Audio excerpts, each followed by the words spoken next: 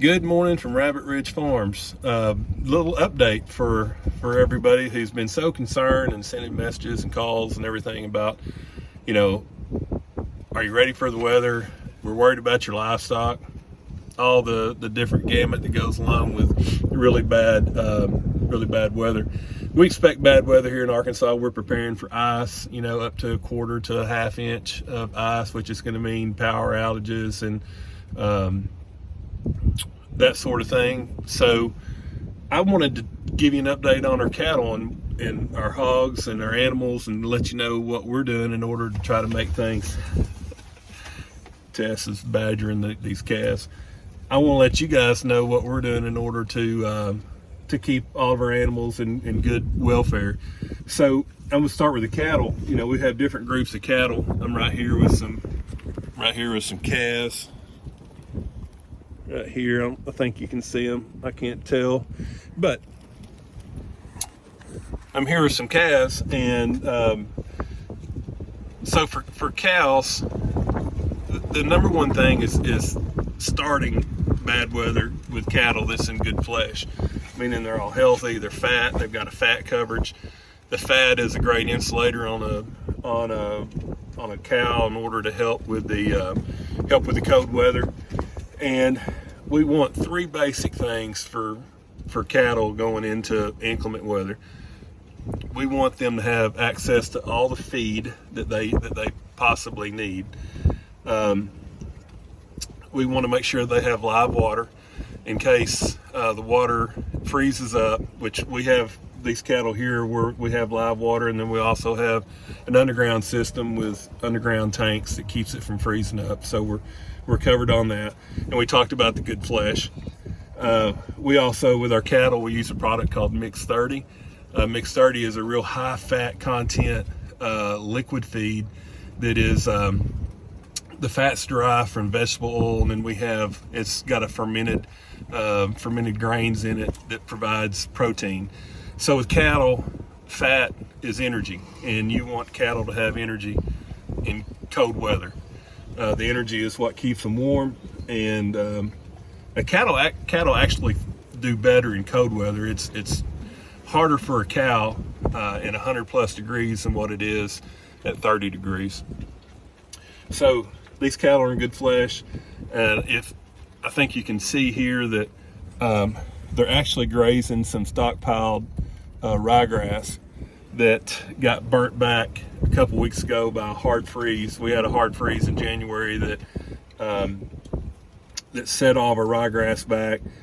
They're still grazing stockpiled turnips and radishes, and they've got a full belly. We got a little extra dry hay out here for them, which is, by the way, the first hay these calves have got since we put them out here on ryegrass. For a hog, same thing goes with a hog. All of our hogs are in good flesh. They have all the feed that they can possibly eat.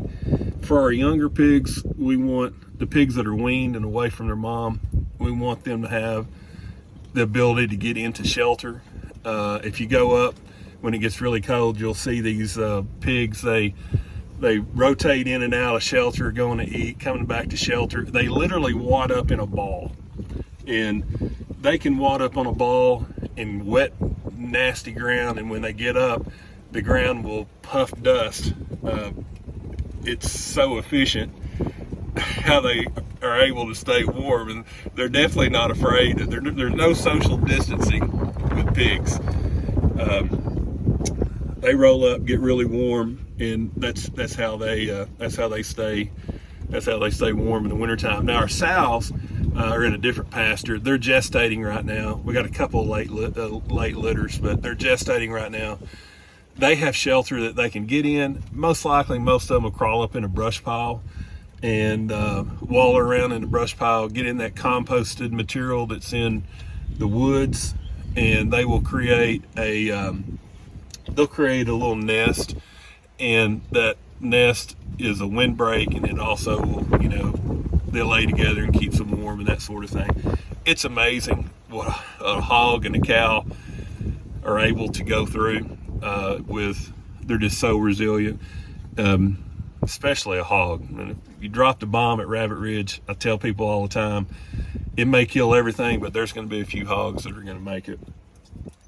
We don't have any sheep on the farm right now, so that's good. I know a lot of our friends that have sheep are lambing right now, and that's tough. Also, back on the cows, after last year when we had the issue with the terrible snow that we had, I think it was the last week of February, we actually scooted our calving season back a few weeks just to make sure that we didn't have to deal with that again, because that was miserable. Didn't lose a calf. We did have, some calves that froze their ears, not completely off, but had little nubby ears. Like there's some of these out here that have nubby ears from that cold weather. We have enough sense not to grow chickens this time of year, so no chickens on the farm. So we're just really, really focused on our cattle and our hogs. But I can assure you, they're in good shape. We've done all we can do. We've spent all week preparing for this. Colton and I have, and especially Colton, I mean, we've put out hay, and all the feeders are full, and we've done about all we can do. So rest easy. The cattle at Rabbit Ridge Farms, I think, will be fine. It could go south depending on what this weather does, and like that thing you see online, we expect from 1 to 78 inches of snow. Who knows? I don't know if you can see through there, but we've got just a real fine mist that's blowing sideways from the north at about 20 mile an hour, and the freezing line is about an hour north of us right now, in somewhere around Harrison, and we expect it to be here by the evening. So hopefully it'll turn to sleet real quick, turn into snow. We actually like snow on the ryegrass. It's a great insulator. It provides nutrients, and it'll make this grass bounce back a little bit quicker. So anyhow, that's about it. If you have livestock, one tip that I would give you on livestock, no matter if it's a cow or a hog or a sheep or whatever, spend some time with them and just go and sit with them and listen to them. They're just like they're like humans. I mean, you'll hear the coughs, you'll hear something that will tell you that about the health of your animals by just listening to them, no matter what species it is. And you can't do that just driving through. You need to go out there and sit with them for a while and try to understand what their needs are. So I think that's about it. We've got the generators prepped for our building, trying to keep all of our products from thawing out in case we have a power outage. I'll come back out here in the morning. We'll show you these cows. They're going to be covered up in ice, and you'll say they look miserable, but the reason why they're going to have ice on them in the morning is because of the fat layer that they have that's keeping them insulated. If you watch this video, you don't have enough protein in your refrigerator, you still got a few hours, come out to the farm. We've got plenty of stuff. Our shelves are never bare.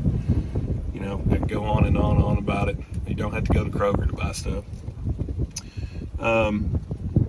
So that's it. Signing off here.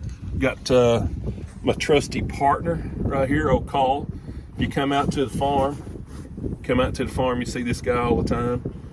And you can't see Tess because she is obsessively looking at the cattle outside, just waiting for me to say, Tess, do something. Tess, come here.